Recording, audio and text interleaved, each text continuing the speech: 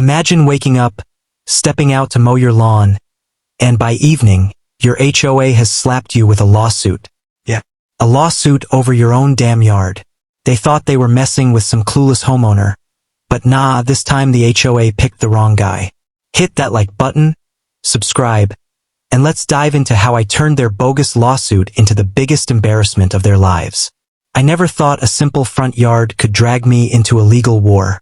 I mean, it's grass, green, short, quiet. It never talks back, never causes trouble, never demands a paycheck. But somehow, my lawn became the spark that lit a fuse I didn't even know existed. It started on a Tuesday, early morning, the kind of morning where the sun hasn't committed yet, just brushing the neighborhood with a soft orange glow. I opened my front door expecting peace, maybe a little breeze, and instead I found a bright yellow paper taped to my door like a warning sign in a horror movie. Violation notice. Unauthorized landscaping modification. I stared at it for a solid minute. A modification? I hadn't touched anything. I cut my grass. I watered it. That's it. I wasn't out here building castles or planting palm trees in the middle of a desert suburb. I had 2 bushes, 1 tree, 1 lawn. Nothing changed. First, I laughed it off. Maybe a mistake. Maybe a neighbor's notice accidentally landed on my door. Things happen, right? Wrong. The next morning, I stepped outside to find not 1, but 3 new violations. Grass height too low. Improper hedge placement. Fence shade non-compliant. Fence shade? Like the color? My fence was literally the same shade as the day I moved in. Something was off. Very off. Over the next week, the violations kept coming. Every single morning, like Margaret, the HOA president, was waking up at 5 a.m. just to find new reasons to harass me. Now, if you've never met Margaret, imagine someone who treats every neighborhood rule like it's written in the Constitution. She walked around with a clipboard like it was a badge. She wore sunglasses even indoors. And she talked down to people like she was interviewing them for a job they already failed. But the real problem wasn't her personality. It was her power trip. I called the HOA office. Their tone was cold, sharp, almost rehearsed. Sir, all violations are final until resolved. Resolved? Resolved how? There was nothing to fix. When I tried explaining, the board member practically cut me off. Take it up with Margaret. That was when I knew I wasn't dealing with a mistake. I was being targeted. Days turned into weeks, weeks into a month. The violations escalated to fines. First $50, then $100, then $250. Still, I didn't pay, because I knew 100% that I did nothing wrong. Then one morning, everything changed. I woke up to pounding on my door. Not knocking, pounding. When I opened it, a man in a suit handed me a stack of papers. This is for you. I flipped the first page. HOA versus homeowner civil complaint. They sued me. They actually sued me for damaging neighborhood value, for being non-compliant, for refusing to cooperate. I felt my stomach drop. The stack of papers felt like lead in my hands. For a moment, I almost panicked. Almost. But then something clicked. Something sharp. Something angry. If Margaret wanted a fight, she was about to get one. I started digging. I went through every violation they ever sent. Every photo. Every timestamp. And what I discovered was shocking.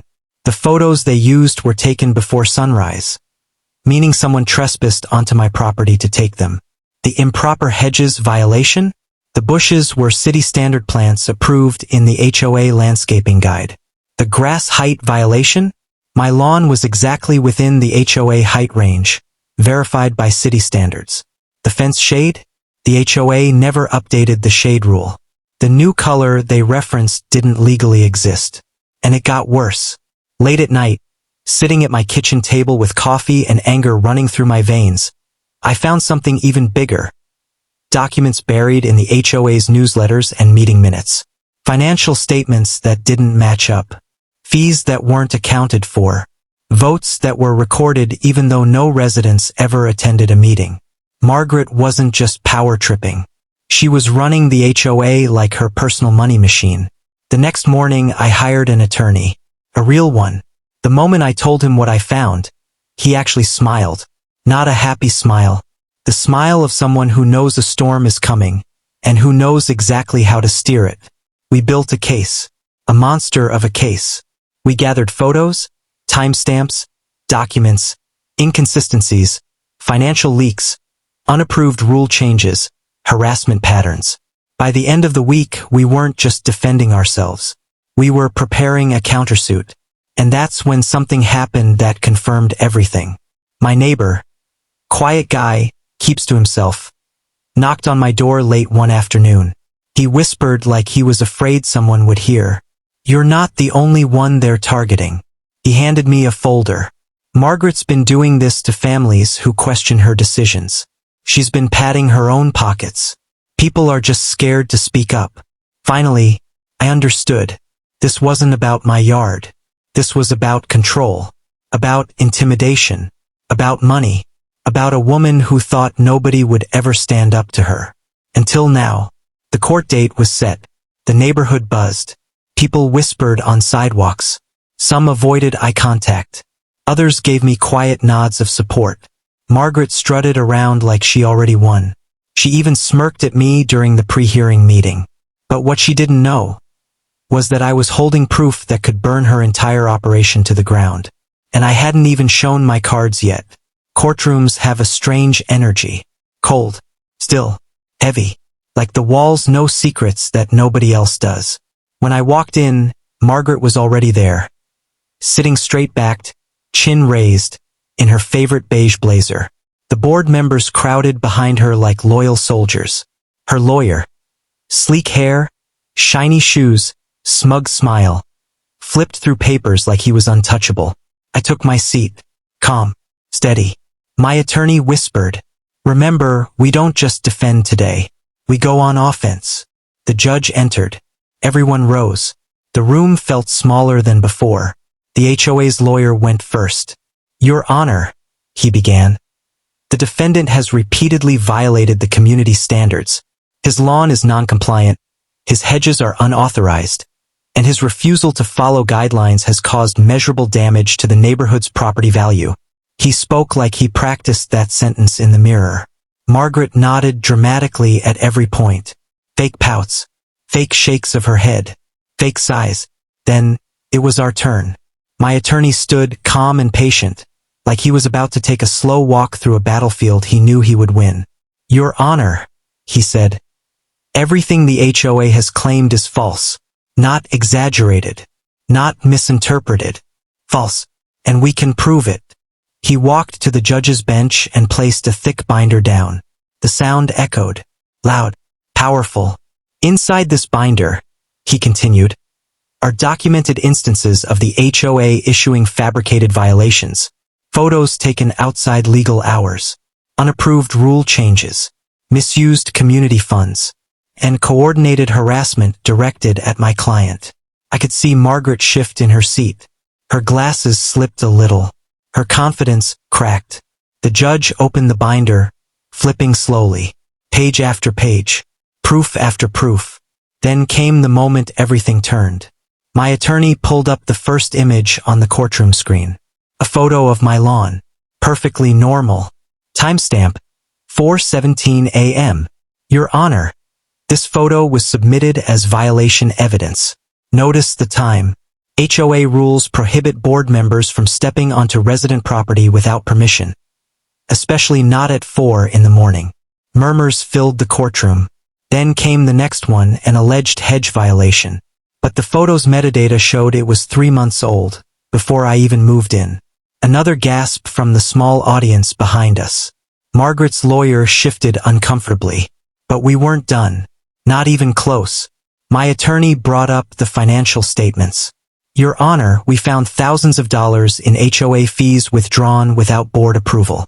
Funds were used for administrative costs, but no receipts exist." He clicked to the next slide. "Additionally, we found that several community rules used to fine my client were never legally passed. They were written, but not voted on." The judge turned slowly toward Margaret. "Mrs. Hawkins, is this accurate?" Her mouth opened, closed, opened again. Well, there must be some misunderstanding. The judge held up a hand. Silence. He continued reviewing the binder. When he reached the emails, the courtroom froze, because right there, in black and white, was a message sent from Margaret to the entire HOA board. He's refusing to cooperate. Keep issuing fines until he pays. If we hit him with enough, he'll eventually cave. It was over. Margaret's face went pale. Her lawyer pinched the bridge of his nose. The judge looked furious. Mrs. Hawkins, this is coordinated harassment. I didn't smile, but I wanted to. The judge slammed his gavel lightly on the desk. Case dismissed, and I will allow the defendant's countersuit to proceed. Gasps erupted. Prestige, power, everything Margaret built on fear, collapsed. Outside the courtroom, board members scattered like startled birds.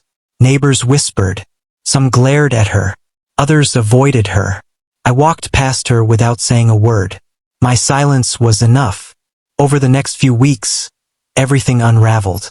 The HOA paid thousands in damages. A full financial audit was ordered. Margaret was voted out by a landslide, and new board members apologized on behalf of the entire community. One even shook my hand and whispered, "You saved all of us." Funny, isn't it? All this over a yard. A quiet little lawn that never hurt anybody. But that's the thing about power. Some people abuse it, until someone finally pushes back. And this time, that someone was me.